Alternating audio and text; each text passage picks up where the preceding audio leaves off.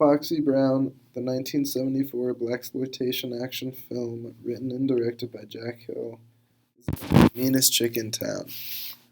The film, by way of its blaxploitation nature, references a lot of black culture from the 70s. What made the film what it is was the acting of a young Pam Grier. Miss Grier, who came from humble beginnings, played Foxy Brown, a feminist's best friend to some, but to others a complete mockery of feminism and womanhood.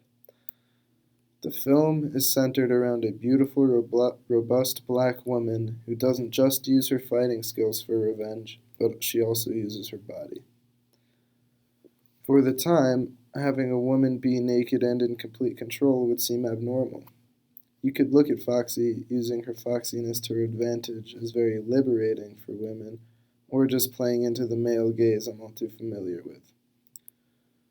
However you look at Foxy using her body, Hill still chooses to have the focus of the film be women fighting against women. Foxy Brown is the meanest chick in town, the town being a coke-riddled black neighborhood in the 1970s. During a time of women's power movement, Foxy redefined African American womanhood. Pam Grier says, "Across America, a lot of women were Foxy Brown," meaning they were independent women who would take revenge and refuse to be victimized. Very early in the film, Foxy gets a call from her brother, who is obviously going to be mugged for being in debt. The brother, clearly victimized by the gangsters here, has to look for Foxy to save him. Foxy saves her brother, and they're both in the clear after losing one thug who was gripping to the hood of a car. Though Foxy seems like a superhero for most of the film, she can still be taken down.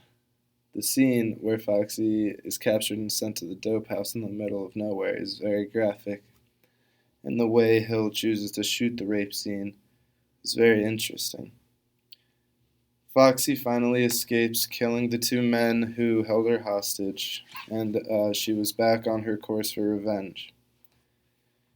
Miss Catherine, the evil mastermind, and Foxy, our heroine, are pitted against each other as Foxy seeks revenge. Miss Catherine runs a modeling agency that services corrupt politicians and powerful people in the neighborhood. The modeling agency is a front for prostitution.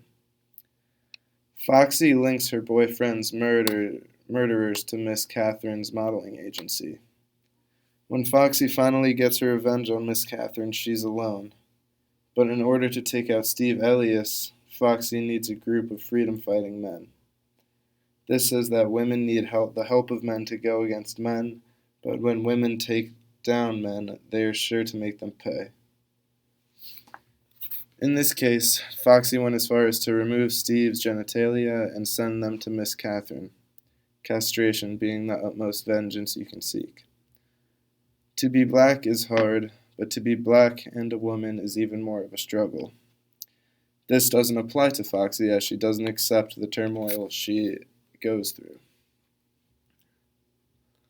Foxy is a symbol of power for all women, and Pam Grier paved the way for many emerging black actresses.